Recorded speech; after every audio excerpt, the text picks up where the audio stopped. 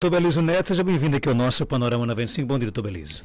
Bom dia, Marcos. Bom dia, doutor Márcio. Bom dia a todos os ouvintes da 95, do Check-up no rádio. Bom dia a todos os nossos internautas. Uma satisfação imensa, Marcos, participar aqui mais uma terça-feira do quadro Check-up no rádio. E o nosso tema de hoje é comportamentos estranhos, como desinibição entre os idosos. E aí, doutor Belísio? Pois bem, Marcos, a gente tem, vez por outra, recebido dúvidas no próprio Instagram, nas redes sociais, atendido pacientes, nesse sentido de comportamentos estranhos, principalmente relacionados à desinibição sexual. Principalmente desinibição sexual. O idoso cabido, né, que chama, né? Idoso enxerido, idoso cabido, idoso ou idosa, né? Também acontece nos dois sexos, e muitas vezes a família acha que aquilo, quando é um idoso que uma vez na vida tirou um cabimento quando era jovem com alguém, fica com esse estigma o resto da vida, e a família sempre acha que é da personalidade, ou é aquela, na maioria das vezes, é aquela pessoa que teve sempre um pudor e de uma hora para outra a família fica perplexa com comportamentos estranhos, com comportamentos de tirar cabimento, muitas vezes com o cuidador, tirar cabimento com pessoas desconhecidas, perder o filtro de palavras, ele diz o que ele quer, isso é desinibição também, seja de cunho sexual, seja de cunho agressivo, ele acha aquela pessoa feia, ele diz na cara que aquela pessoa é feia, perde o filtro também de regras sociais, ele tira a roupa onde ele quer, ele faz urina onde ele quer, a doença que está instalada nele faz com que ele perca principalmente essa questão dos freios sociais, do filtro que ele tem. É uma alteração bem comum nos quadros demenciais, né? A principal demência sempre, lembrando que é o Alzheimer. Pacientes que têm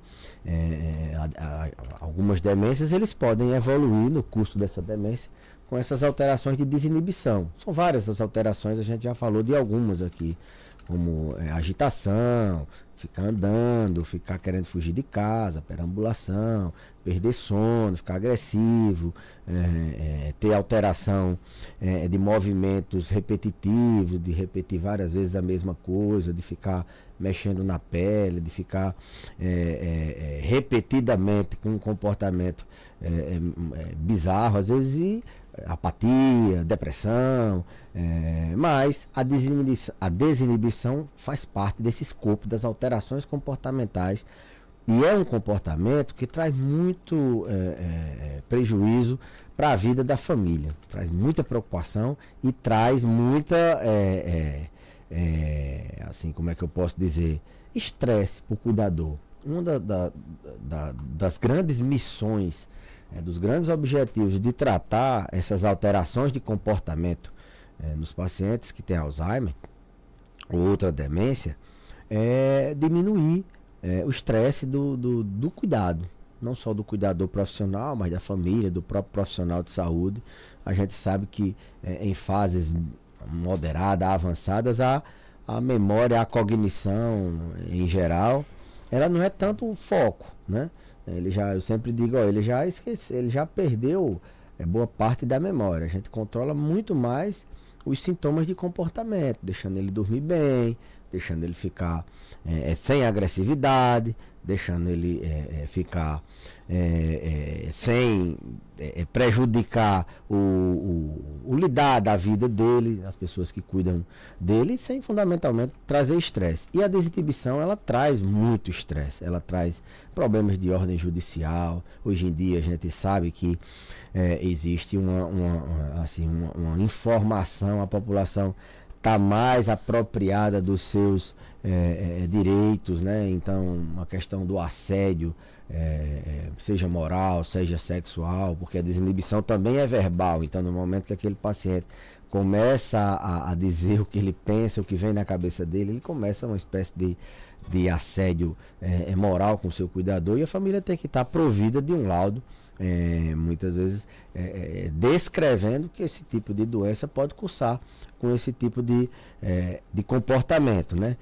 Eu sempre digo que vai desde um cabimento com um cuidador, mas isso ultrapassa muitas vezes as fronteiras da casa, e pode ser com a mulher do vizinho, pode ser com uma pessoa de menor, uma filha de alguma pessoa. Então, no caso de pessoas do sexo masculino, mas as idosas também que têm esse problema, elas ficam, e é muito constrangedor para toda a família. Então, desinibição, idoso cabido, idoso enxerido, não julgue que aquilo é dele. Não, ele era assim, ele era namorador, ele agora com Alzheimer ele piorou, né? Na verdade a doença agora está se manifestando, a demência está tirando mais ainda o freio daquela pessoa, mas na maioria das vezes não leve por esse lado. Existem formas da gente conter esse sintoma comportamental. Existem medicamentos que a gente orienta, existem algumas orientações não medicamentosas, a gente educa a família como é que tem que ser a condução nesse aspecto, desde a gente apertar, ajustar o tratamento da própria demência, como também a gente fazer remédios específicos para esse tipo de alteração comportamental, que é a desinibição. Não dá para confundir essa questão, por exemplo, de comportamentos estranhos com a necessidade que o idoso também pode ter de namorar, de se relacionar sexualmente. Não pode confundir, né? Boa pergunta, Marcos. A sexualidade na terceira idade, ela é uma coisa que pode sim existir. Logicamente, as pessoas idosas, elas precisam entender que não é da mesma forma de um adulto jovem. A sexualidade na pessoa idosa muitas vezes é um abraço, é um carinho, é uma conversa. A gente sabe que quando a gente vai ficando com 80, 90 anos, nem sempre a função sexual é preservada 100%. As mulheres, elas perdem o hormônio feminino, elas perdem o libido, elas perdem a lubrificação, elas perdem algumas assim, existem algumas alterações que podem mantê-las com uma necessidade de relacionamento sexual menor do que o adulto jovem. O homem não é diferente, ele pode muitas vezes embora tenha uma saúde, eu sempre digo a ele, tem uma aparência de 50, de 40, ele é independente, ele é isso, mas ele tem 80, então o osso dele tem 80, o cérebro tem 80, naturalmente a função sexual é para 80 anos, então tem que entender que a forma, a sexualidade na velhice, ela é diferente, do mesmo jeito que diferente a sexualidade na adolescência, a sexualidade no adulto jovem que não tem uma parceira fixa, um parceiro fixo, no adulto, na meia-idade. Cada etapa da vida tem suas formas diferentes de sexualidade, então não deve ser confundido. Logicamente que tem aquela pessoa que com 90 anos já fazia não sei quantos anos que não tinha mais desejo e começa a aparecer um desejo. Não, é porque ele é assim e agora tá bem, ele tá... Não, tem que pensar que se está acima do normal, se a parceira ou o parceiro está reclamando, é porque provavelmente não é da idade. E como conviver, né, nessa situação quando, por exemplo, um idoso ele apresenta comportamentos estranhos?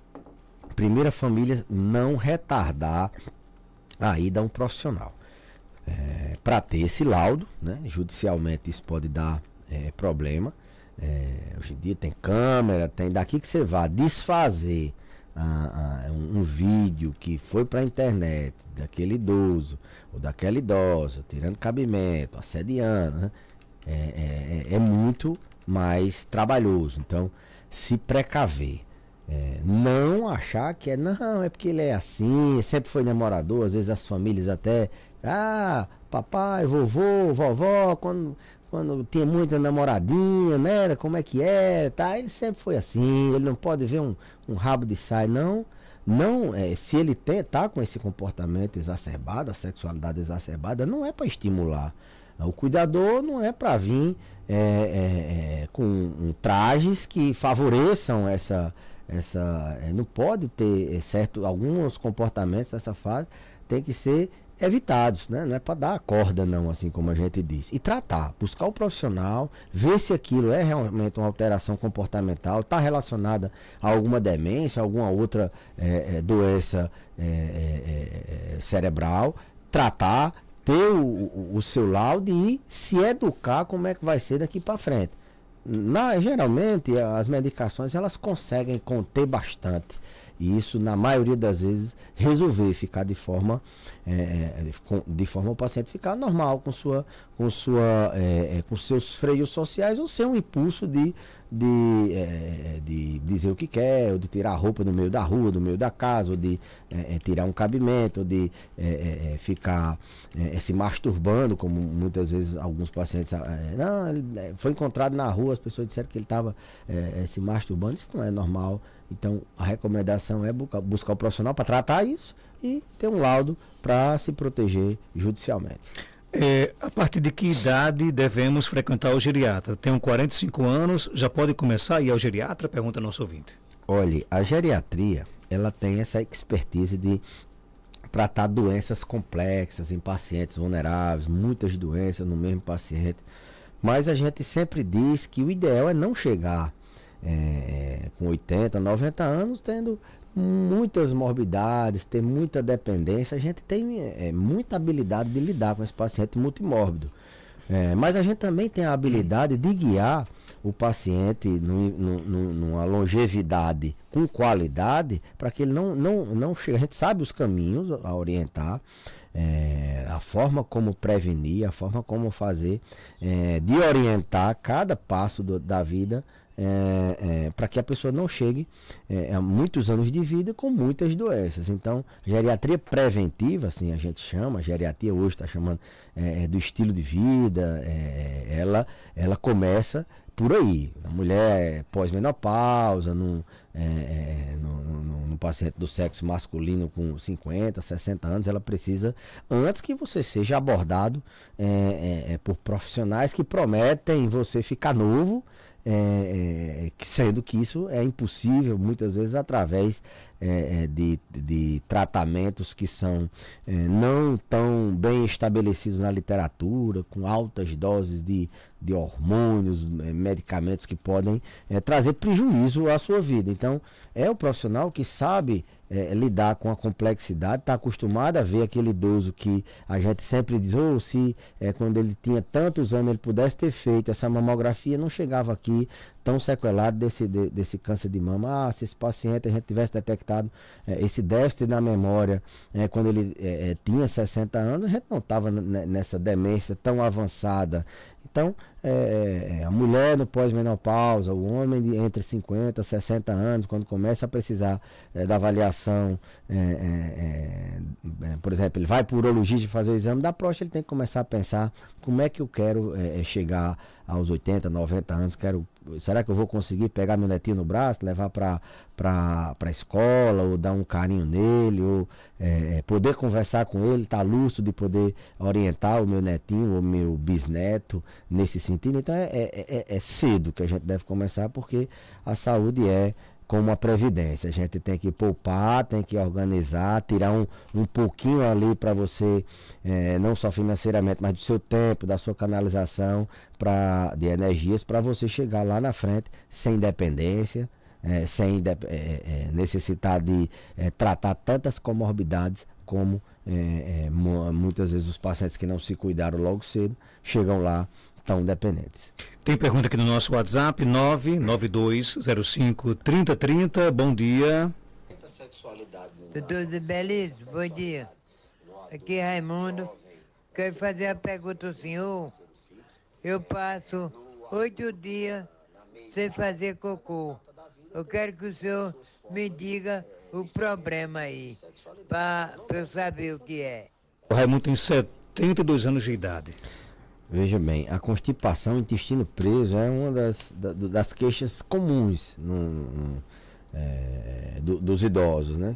Às vezes até eles nem trazem essa queixa, mas a gente vai buscando, vai tentando conversar com ele e identifica que essa constipação muitas vezes é a causa dele ficar agitado. Nos pacientes que têm Alzheimer, por exemplo, eles não sabem dizer que estão constipados e ficam agitados. Bom, o intestino do idoso ele é mais lento, naturalmente ele é mais lento, ele tem uma tendência a evacuar menos em virtude do envelhecimento intestinal.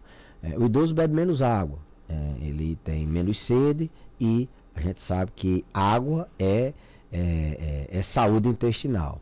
A hidratação adequada faz com que seu intestino funcione normal. O idoso tem menos mobilidade, então a gente sabe que quanto mais parado o idoso for, mais lento é o intestino dele. Então ele já tem 3 fatores que facilitam dele ter o intestino preso. Mas tem algumas outras causas que a gente deve investigar. Medicamentos, tem alguns medicamentos que prendem o intestino. Os medicamentos usualmente utilizados nos pacientes idosos podem causar constipação. Não é só um medicamento, às vezes a junção de 2, 3 medicamentos faz o intestino ficar mais preso. A alimentação, o idoso tende a ter uma alimentação pobre em fibras. Isso é fato, a literatura demonstra isso, que os idosos têm uma ingestão de fibra muito menor do que os adultos jovens. Então, eles têm que comer mais fruta, mais verduras e colocar na alimentação deles fibras, sejam elas através, como eu disse, de frutas e verduras, seja ela através de uma aveia, seja ela através de uma chia, alguma coisa que possa melhorar o intestino. Então, beber bastante líquido, se movimentar, ver se tem algum medicamento, ver se está com a ingestão de fibras adequadas, ver se não está exagerando em alimentos que prendem o intestino, como por exemplo farináceos, massas industrializadas, em geral prendem muito o intestino. Será que não está com alimentação deficiente em coisas que podem facilitar o intestino e aumentar? Então, tudo isso e doenças mais sérias, né? Um tumor, por exemplo, pode fazer o intestino ficar constipado, fazer até uma obstrução intestinal, uma isquemia mesentérica, ou seja, uma parte do intestino perdeu a circulação sanguínea, ele pode ter uma constipação, uma doença como diverticulose, né? Bolsas no intestino, elas podem, vez por outra, causar constipação, causar dor, causar alterações que trazem desconforto. Então, tem que investigar. Pode ser uma coisa simples, ele não está bebendo, não está ingerindo tanto líquido, mas pode ser uma coisa mais séria, como um tumor, e a gente aborda esse paciente de forma a buscar todas essas causas. Geralmente tem uma junção de 2, 3, 4 fatores.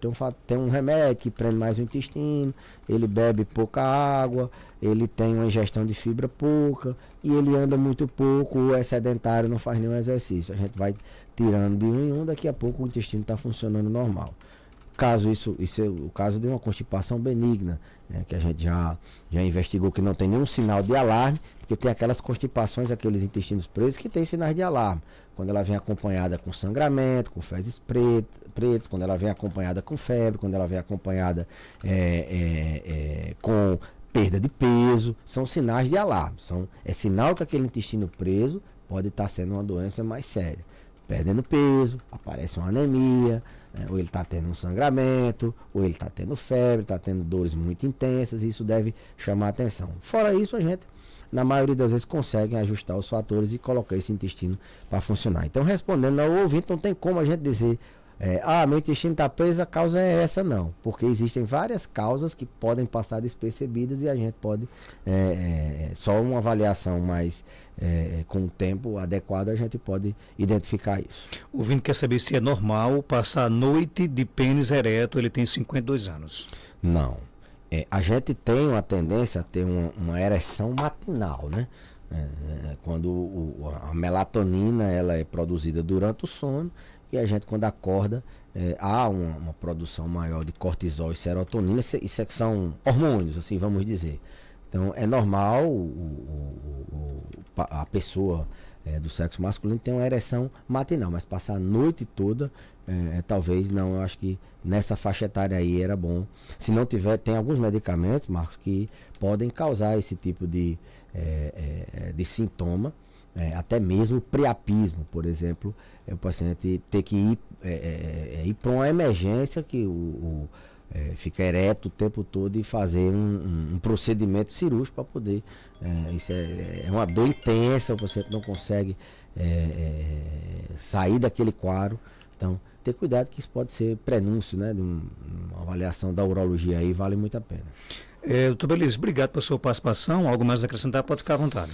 Não, eu que agradeço, Marcos. Que chocolate aquele. Deixar meus agradecimentos aqui. Voltamos ao normal. Eu acho que vocês, seis aqui do que estão aqui no estúdio, 6 que estão no estúdio, né, devem ter achado. Não vamos aqui, vamos mandar sinais, né? Vamos aqui, se direto aqui. 6 abraços. Chocolate. 6 abraços para os nossos ouvintes. Não, eu estou 6 vezes mais satisfeito com o programa. São muitos 6 na vida, né? Era para ser 666, né? Aquela 777. Quase que a gente chegava no 777, viu? O chocolate, não foi só o placar não, viu? Foi um massacre total. Mandar um abraço para meus amigos vascaínos aí. Com todo respeito, né? Com todo respeito, eu entendo o momento deles. E mandar um abraço também para os antes que estão aí incomodados com a nossa liderança. Segue o líder. 7h50, já já a gente volta.